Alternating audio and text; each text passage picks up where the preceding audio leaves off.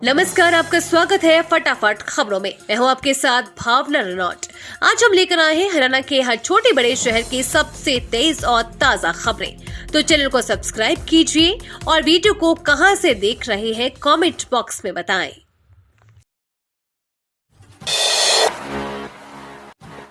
कांग्रेस एक दलित विरोधी पार्टी देशभक्ति को करना चाहती है चूर चूर, पलवल में बोले पीएम मोदी। प्रधानमंत्री नरेंद्र मोदी ने पलवल में रैली को संबोधित करते हुए कहा कि कांग्रेस से सबसे अधिक नाराजगी दलित, पिछड़े और वंचित समाज को है।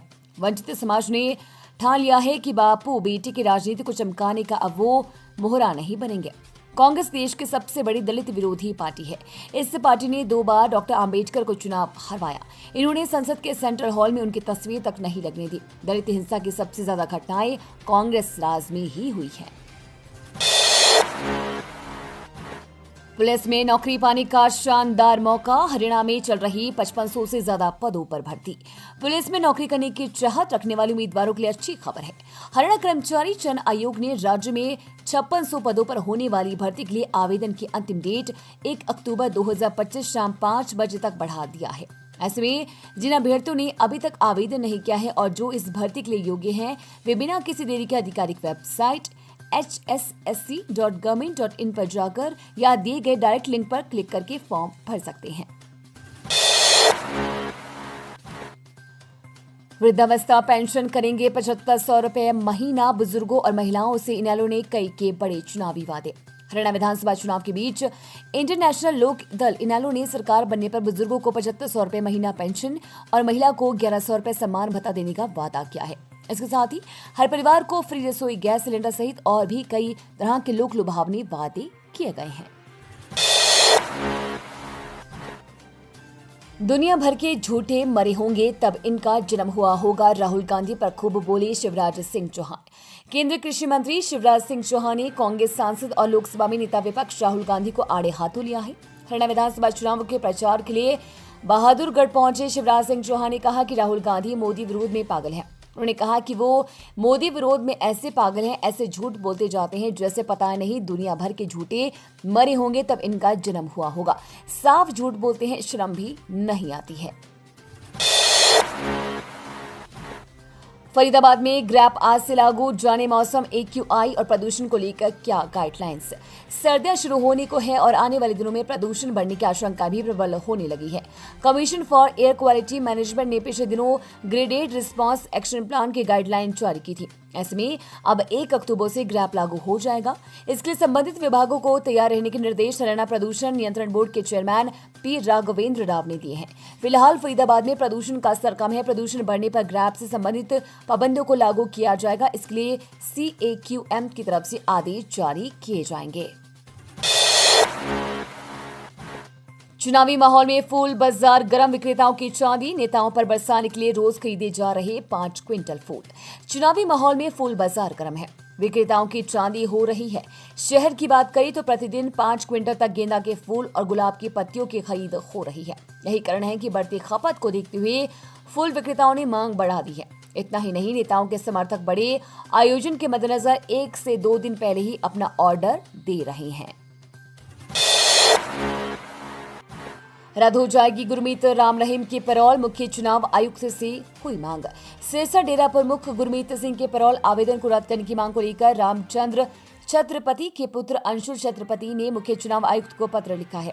अपने पत्र में अंशुल ने कहा कि उनके पिता रामचंद्र छत्रपति की हत्या में गुरमीत सिंह रोहतक की सुनारिया जेल में सजा याफ्ता है। इसके अलावा उस पर अपने साधु को नपुंसक बनाने व पंजाब में बेअदबी के मामले न्यायालय में विचाराधीन है।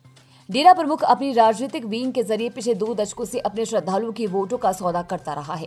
पिछले 2 सालों में ही उसे 10 बार पैरोल या फरलो दी गई है, जिसके तहत वो 255 दिन जेल से बाहर रहा है। शिक्षा प्रणाली में हो बदलाव। सड़कों का है बुरा हाल। युवाओं से कई मुद्दों पर हुई चर्चा।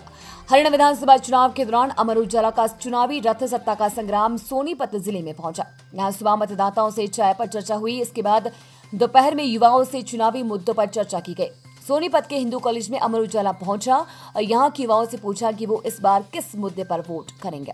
पहली बार वोट करने वाले एक युवा ने कहा कि शिक्षा प्रणाली में बदलाव हो और युवाओं को रोजगार मिले। पॉलिसी आती रहती है, सरकार नौकरी के लिए बहुत मारामारी है। सरकार को दोनों पर काम करना चाहिए।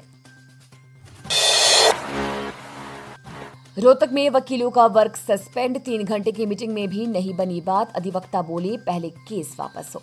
रोहतक के रेलवे रोड स्थित 130 वर्ग गज के प्लॉट को लेकर वकील पर हुई केस का मामला उलझता ही जा रहा है। मंगलवार को वकीलों ने वर्क सस्पेंड को लेकर बार हाउस की बैठक बुलाई। बैठक में वकीलों ने न्याय न मिलने तक वर्क सस्पेंड जारी रखने का ऐलान किया है।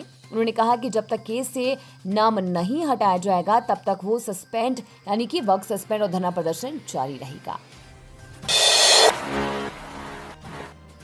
हिस्सा चंडीगढ़ हाईवे जाम, धान की सरकारी खरीदी शुरू न होने से गुस्से में किसान, सरकार व प्रशासन के खिलाफ नारेबाजी।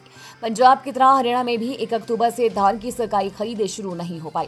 कैथल के जिंद रोड स्थित विस्तार अनाज मंडी में पीआर धान की खरीद न होने से नाराज किसानों ने मंगलवार को हिस्सा चंडीगढ़ नेशनल हाईवे पर जाम लगा दिया। इस दौरान किसानों ने सरकार और प्रशासन के खिलाफ जमकर नारेबाजी करते हुए रोष जताया। जाम के चलते वाहनों की आवाजाही प्रभावित हो रही है, जिससे वाहन चालकों को काफी परेशानियों का सामना करना पड़ रहा है। रोहतक में फायरमैन भर्ती के लिए अर्धनग्न होकर किया प्रदर्शन, युवाओं ने पूर्व सीएम हुड्डा को सौंपा ज्ञापन। रोहतक में फायरमैन भर्ती के लिए उम्मीदवारों ने अर्धनग्न होकर प्रदर्शन किया। उम्मीदवारों ने अपनी नियुक्ति की आवाज ऊपर तक पहुंचाने के लिए रेवाड़ी से पैदल कूच किया।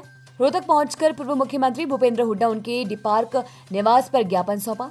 फायरमैन उम्मीदवारों का कहना था कि ये भर्ती वर्ष 2022 में हुई थी। जिन विद्यार्थियों ने पहली परीक्षा पास की हुई थी उन्होंने फायरमैन के लिए मेंस की परीक्षा दी। इसमें 1400 उम्मीदवारों ने परीक्षा पास की। इस भर्ती में कुल 2063 पद है, जबकि केवल 238 उम्मीदवारों ने ही कार्यभार संभाला है। हरियाणा सरकार ने केवल 40 कॉलेजों के डिप्लोमा ही मान्य किए हैं। डेरा जगमालवाली की गद्दी को लेकर फिर विवाद, अवैध हत्यारा होने का दावा, वीरेंद्र ढिल्लों के खिलाफ कार्रवाई की मांग। डेरा जगमालवाली की गद्दी को लेकर एक बार फिर से विवाद पैदा हो गया है। गद्दी नशीर महात्मा वीरेंद्र सिंह ढिल्लों के खिलाफ डेरे के दूसरे धड़े के श्रद्धालुओं ने गोली चलाने और अनैतिक गतिविधियों के आरोप लगाते हुए मंगलवार को उपायुक्त शांतनु शर्मा से मुलाकात की और मांग पत्र सौंपा। श्रद्धालुओं ने वीरेंद्र सिंह ढिल्लों को डेरे से बाहर निकाला और श्रद्धालुओं को डेरा सौंपने की मांग करते हुए कार्रवाई की मांग की है। संत वकील साहब सेवा समिति दिल्ली के उपप्रधान संजय गुर्जर ने आरोप लगाते हुए कहा है कि वकील साहब के चूल्हा छोड़ने के बाद कुछ तथाकथित लोगों की मिलीभगत से वीरेंद्र सिंह ढिल्लों ने गद्दी पर जबरन कब्जा कर लिया। बंद रहेंगी शराब की दुकानें, बैंकों की भी छुट्टी। हरियाणा में इन 2 दिनों को भी रहेगा ड्राई डे।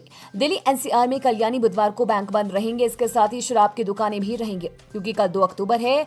इससे महात्मा गांधी जयंती होने के चलते सार्वजनिक अवकाश रहता है और बैंकों के साथ शराब की दुकानें भी बंद रहती है। वहीं सप्ताह 5 अक्टूबर को हरियाणा में विधानसभा चुनाव भी है, तो राज्य में भी सार्वजनिक अवकाश रहेगा। इस दौरान बैंक और शराब की दुकानें बंद रहेंगी। इसके बाद 8 अक्टूबर को मतगणना होगी। इस दिन शराब की दुकानें बंद रहेंगी।